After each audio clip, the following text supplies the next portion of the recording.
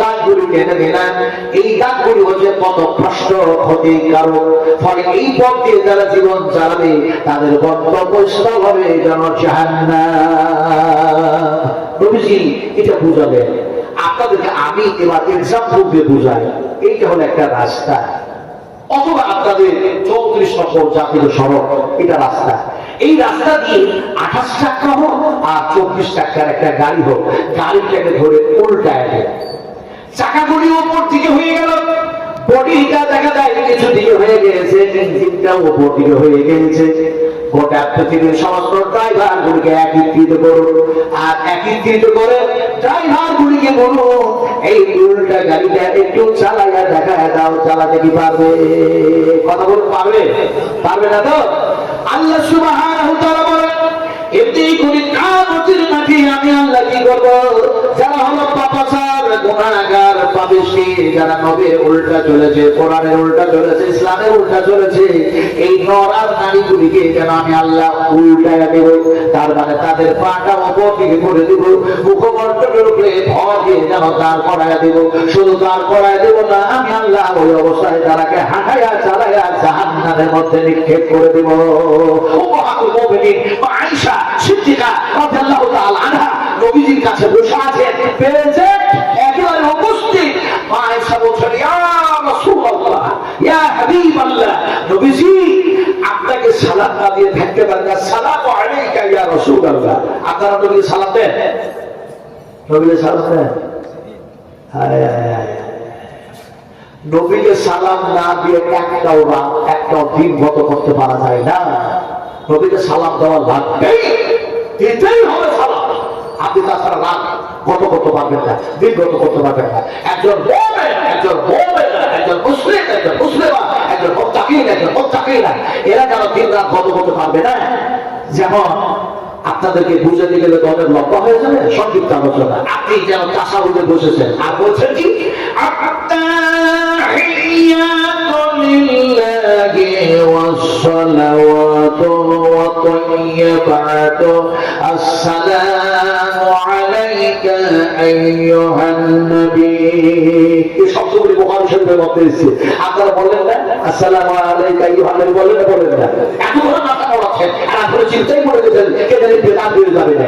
আসলে না বুঝি কোথা থেকে কি যে বুঝি আমরা ভাই, বেদাত হয়ে যাবে। আপনি যাবেন বিশ্বনবী মুহাম্মদ রাসূলুল্লাহ সাল্লাল্লাহু আলাইহি ওয়াসাল্লাম যে জায়গায় শুয়ে আছেন, ওই জায়গাটার নাম কি লিখে বলতে পারবেন? বলেন নবীজি কোথায় শুয়ে আছেন? তাও বলেন জানেন না? এই নবীজি কোথায় আছে? হায় রে বাবা, হায় হায়, আমরা কোথায়?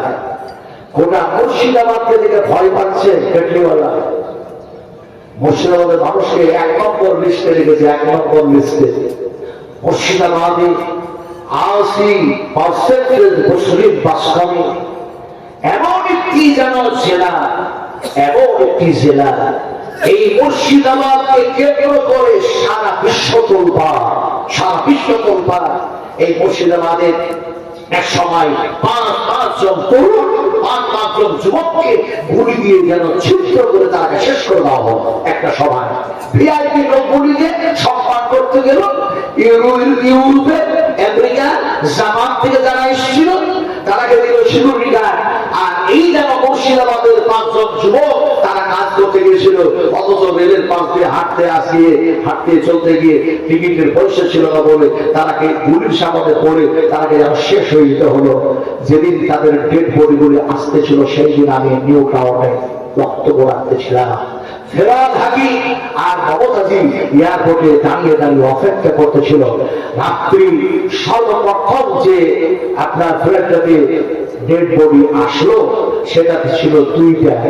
সেই জাহাজটার নাম হলো রাত্রি, যেন দেখা যায় 9:40 একটা। মমতা ব্যানার্জি বললেন আর ডেড বডিগুলো আসলো না কেন? বলে এর পরে জাহাজে আসছে। দেখা গেল সেই জাহাজটা আসলো 10:40, তাতে আসলো দেখা যায় একটি করে 2টা। বলে মারা গেছে তো 5টা, আরেকটা লাশ গেল কোথায়? বলে এর পরে আসছে যেটা লাশটা আসলো সেটা হচ্ছে 11:15 মিনিটে ডেড বডি আসলো। এখন এই 5টা ডেড বডি আসলো, তারপরে জানি গেল কেউ সাগর দিকে ছিল, কেউ যেন আর কোথা কোথা তার সব ছিল, তাদের সেই ডেড বডি গুলিকে সম্মান সহ করে তারা যারা পৌঁছে দিয়েছিল। আপনারা তো সেই মুর্শিদাবাদের মানুষ, আপনারা তো সেই মুসলিম, আপনারা সেই মুসলমান। আমরা আজকে শুধু দেখা যায় কর্ম নিয়ে ব্যস্ত থাকি, আমরা ঘুমন্ত অবস্থায় আছি, ঘুমন্ত অবস্থায় দুনিয়া করছি। জাগ্রত হতে হবে। মুসলিম তুমি যাবো, মুসলিম তুমি যাবো, মুসলিম তুমি যাবো, তুমি জানতে শিখো।